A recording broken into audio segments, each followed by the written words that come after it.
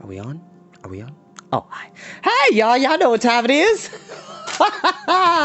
Get into it. Get into it. Yes.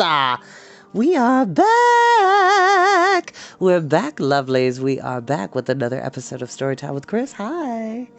I'm back. Like I said in my Facebook post, I was taking the week off in observance of my birthday. I'm 32 now. The big 3-2. And it's awesome because 2 is one of my favorite numbers. My birthday was October 2nd. So yeah, and I'm loving my 30s. Thank you for all of my friends and family who wished me many happy returns of the day. Lots of wonderful support and donations towards Storytime with Chris. So I love and appreciate each and every one of you. Thank you so, so very much.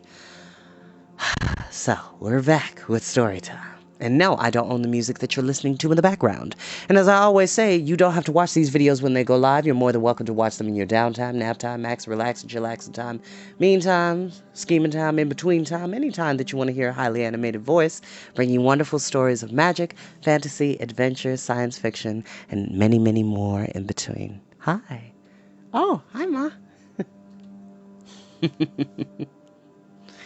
Now, you didn't come to hear me blather, you came to hear a story. So let's get into it. Now, the last time we were here, Taran and Fluter and Gurgi basically ended up getting into a duel with this mercenary lord named Dorath. And Dorath ended up stealing, basically cheated in their duel, and stole Taran's sword, which, honestly, if you are ever in an altercation, children, I don't care who started it, who finished it, just get home. Just get home safely. That's the important thing. It doesn't matter who is right or wrong. Your job, your main job, is to get home safely and to be about your business. And don't let anybody take you out of character. And don't start it, okay? That's the important thing. Now, without further ado, we will go ahead and begin. Making sure I'm not getting... Okay. Alright, we are good. Okay. Chapter 13. The Lost Lamb. Under fair skies and gentle weather, the companions traveled deep into the hill cantreves.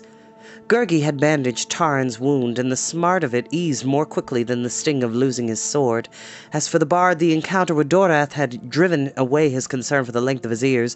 He hardly mentioned the word rabbit, and had begun to share Taran's belief in a good ending to a hard journey. Gurgi still grumbled bitterly about the ruffians and often turned to shake an angry fist in the air. Fortunately, the companions had seen no more of the band, though Gurgi's furious grimaces might well have been enough to keep any marauders at a safe distance. "Shameful rabblings," muttered Gurgi. "Oh, kindly master, why did you not let sound heifer horn and be spared beatings and cheatings?" That blade meant a great deal to me, Taran answered, but I'll find another that will serve me. As for Eilonwy's horn, once used, its power is gone beyond regaining. Which is very true. He said it would bring him great help when he needed it the most, so it would be wise not to waste it. "Oh, true," Gurgi cried, blinking in amazement as if such a thought had never entered his shaggy head. "Oh, wisdom of kindly master, will humble Gurgi's wits never grow sharper? Oh, no." "We've all wits enough to see Taran choose rightly," put in Fluter. "In this place I'd have done the same. No, what I meant," he quickly added, glancing at the harp. Because if you remember, when Fluter embellishes or stretches the truth, the harp strings snap and to give him the admonition to be like, hey, tell the facts as they are. No, what I meant, he added quickly, glancing at the harp, I'd have blown that horn till I was blue in the face. "Oh there, steady, old girl," he cried as Lion suddenly plunged ahead. "I say, what are you after now?" At that same time, Taran heard a forlorn bleating coming from a patch of brambles. "Bah, bah, bah." A white lamb was caught in the thicket and, seeing the enormous cat, bleated all the louder and struggled pitifully. While Fluter, strumming his harp, drew Lion away, Taran quickly dismounted. With Gurgi's help, he bent aside the brambles and picked up the terrified animal. The poor thing strayed. From where? Taran said. I saw no farm nearby. Well, I suppose it knows home better than we do, answered Fluter, while Gurgi eyed the lost animal and delightedly patted the creature's fleecy head. All we can do is to let it go to find its own path. The lamb is mine, called a stern voice. Taran turned to see a tall, broadly shouldered man making his way with great difficulty down the rocky slope. Gray streaked his hair and beard, and scars creased his wide brow, and his dark eyes watched the companions intently as he toiled over the jutting stones. Unarmed save for a long hunting knife in his leather belt, he wore the rude garb of a herdsman. His cloak was rolled and slung over his back, his jacket was tattered at the edges, begrimed and threadbare. What Taran had first taken to be a staff or shepherd's crook he now saw to be a roughly fashioned crutch. The man's right leg was badly lame. The lamb is mine, the herdsman said again. Why, then, it is yours to claim, Taran answered, handing the animal to him. The lamb ceased its frightened bleating and nestled comfortably against the shoulder of the herdsman, whose frown of distrust turned to surprise as if he had fully expected to be obliged to fight for possession of the stray. My thanks to you, he said after a moment, then added, I am Cradock, son of Custanin. Well met, Taran said, and now farewell. Your lamb is safe, and we have to go. Cradock, taking a firm grip on his crutch, turned to climb the slope and had gone but little distance when Taran saw the man stumble and lose his footing. Under his burden, Cradock faltered and dropped to one knee. Taran strode quickly to him, held out his hands. If the way to your sheepfold is as stubborn as the ones we've traveled, Taran said, let us help you on your path. No need, the herdsman gruffly cried. Do you think me so crippled I must borrow strength from others? When he saw that Taran still offered his hands, Cradock's expression softened. Forgive me, said the herdsman. You spoke in good heart. It was I who took your words ill. I am unused to company or courtesy in these hills. You've done me one service, he went on, as Taran helped him to his feet. Now do me another. Share my hospitality, he grinned, though it will be small payment for saving my lamb. As Fluter led the mounts and Gurgi happily bore the lamb in his arms, Taran walked close by the herdsman, who after his first reluctance was willing now to lean on Taran's shoulder as the path steepened and twisted upward before dropping into a deep vale among the hills. The farmstead Taran saw to be a tumble-down cottage whose wall of stone delved from the surrounding fields had partly fallen away.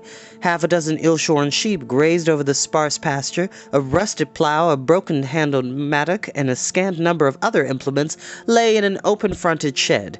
In the midst of the high summits hemmed in closely by thorny bush and shrub, the farm stood lorn and desolate, yet clung doggedly to its path of bare ground, like a surviving warrior flinging his last lone defiance against a pressing ring of enemies.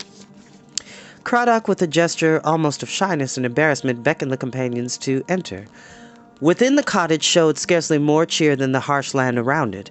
There were signs Cradock had sought to repair his fireplace and broken hearthstone, to mend his roof and chink up the crannies up in the wall, but Taran saw the herdsman's labor had gone unfinished.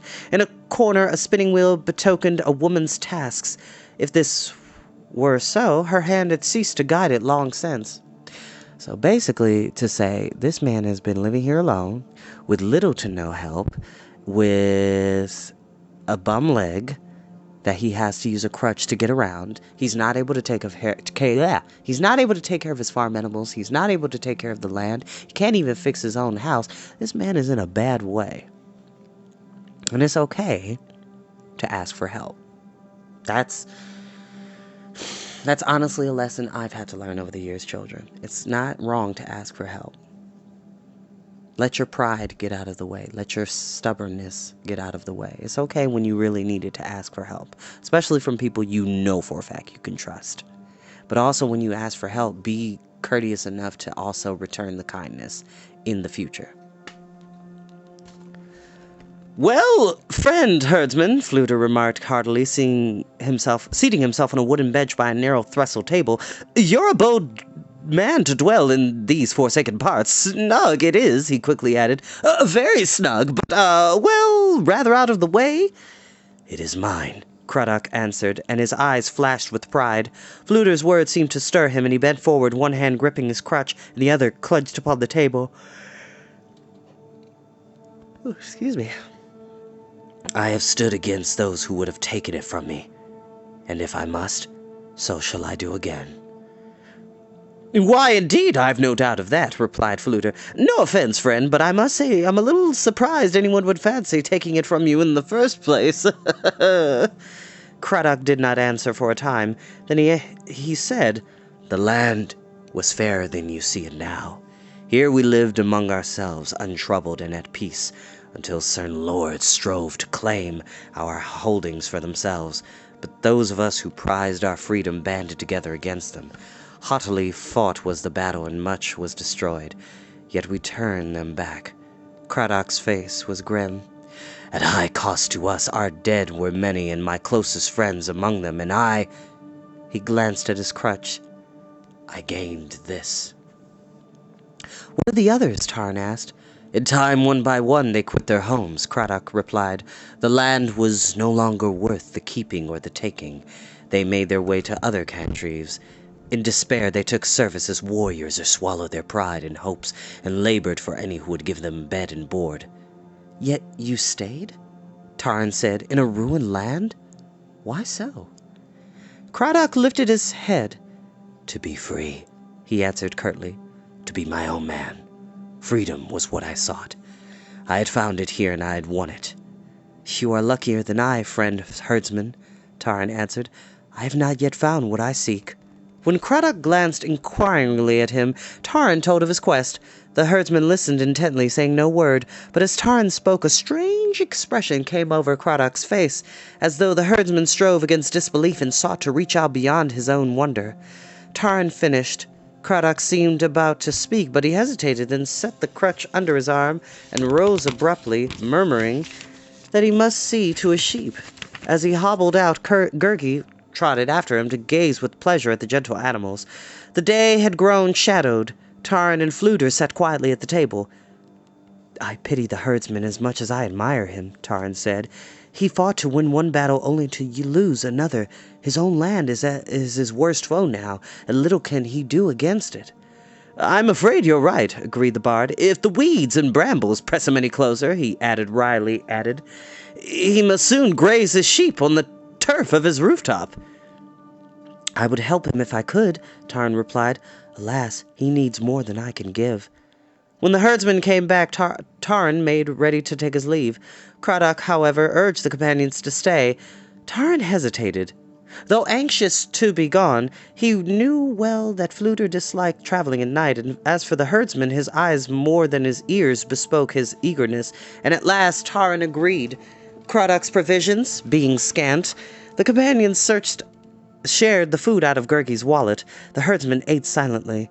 When he had done, he cast a few dry, thorny branches on the small fire, watched them flare and crackle, then turned his gaze on Taran. A lamb of my flock strayed, and I was found again, Craddock said, but another once was lost and never found. The herdsman spoke slowly and with great effort, as though the words came from his lips at some painful cost. Long ago, long past, when all had left the valley, my wife urged that we too should do the same. She was to bear our child. In this place she saw naught but hardship and desolation, and it was for the sake of our newborn that she pleaded. Craddock bowed his head, but this I would not do. As often as she besought me, as often as I refused. In time the child was born, our son. The infant lived, his mother died. My heart broke, for it was as if I myself had slain her. Her last wish, Craddock said, his voice heavy with grief, was that I take the child from here. His weathered features tightened. Even that wish I did not heed. No, he added, to my mind, I had paid in blood. Excuse me, somebody's talking about me. And more than blood, for my freedom, I would not give it up. The herdsman was silent a while. Then he said, Alone I sought to raise the child, but it was beyond my skill. A sturdy boy he was, yet in less than a year I saw him sicken. Only then did I understand his mother had spoken wisely, and I, like a proud fool, had not listened. At last I was willing to quit this valley. Too late was my choice. Craddock said, I knew the babe could not live out the journey, nor could he live out another winter here. He was the lamb of my heart, already given to death. But on a certain day, Craddock went on, a wayfarer came by chance to my door. A man of deep knowledge he was, and of many secret healing arts. In his hands alone the child could live. This he told me, and he knew. I knew he spoke the truth. He pitied the infant and offered to raise him for me. Grateful was I for his kindness, as I put the child in his arms. He went his way then, and my son went with him. No more did I see or hear of either. As the years passed, and often did I fear both had surely perished in the hills. Yet I still hoped for the stranger, vowed by every oath my son would one day return to me. The herdsman looked closely at Taran. The name of the wayfarer was Dulbin. In the fireplace a thorny branch split and cracked. Craddock said no more, but his eyes never left Taran's face. Fluter and Gurgi stared wordlessly. Slowly Taran rose to his feet. He felt himself trembling. For an instant feared his legs would give way under him, and he put a hand to the edge of the trestle table. He could neither think nor speak. He saw only Craddock silently watching him, and this man he had met as a stranger now seemed a stranger all the more.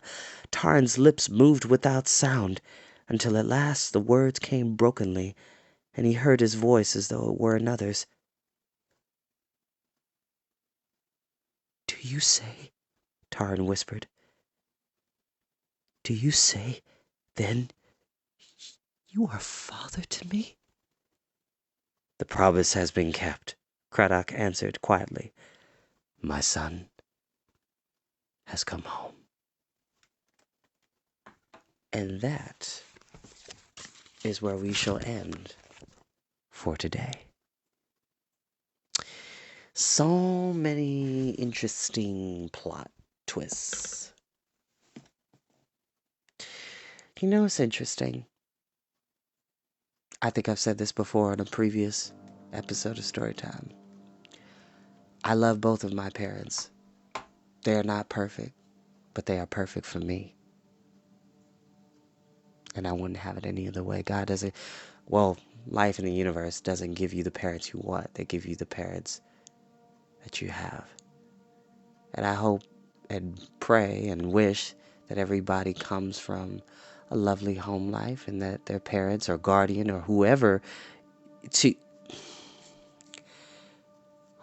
in your life that you know loves and cares about you and dotes on you and sacrifices for you, those are your guardians. Those are your parental figures. Appreciate them. Though they may not be perfect, they are perfect in their own way because they love you. I hope you can understand what I mean when I say that. Just be grateful to those who do take care of you and do watch out for you, do love you, and do reach out for your best interests. So, yeah, I'll see you next time, y'all.